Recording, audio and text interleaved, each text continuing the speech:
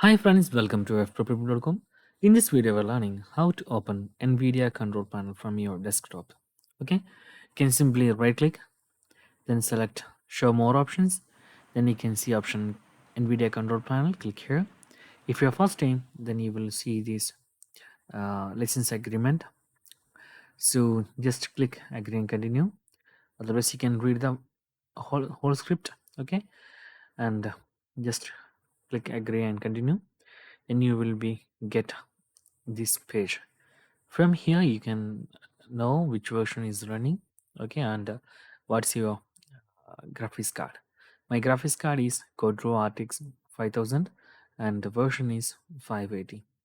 So that's guys, this is NVIDIA control panel, and you can simply open that in this way on Windows uh, 11 computer. So that's guys, and you can simply click here system information for get system informations, and you can see other details like these things you can see here.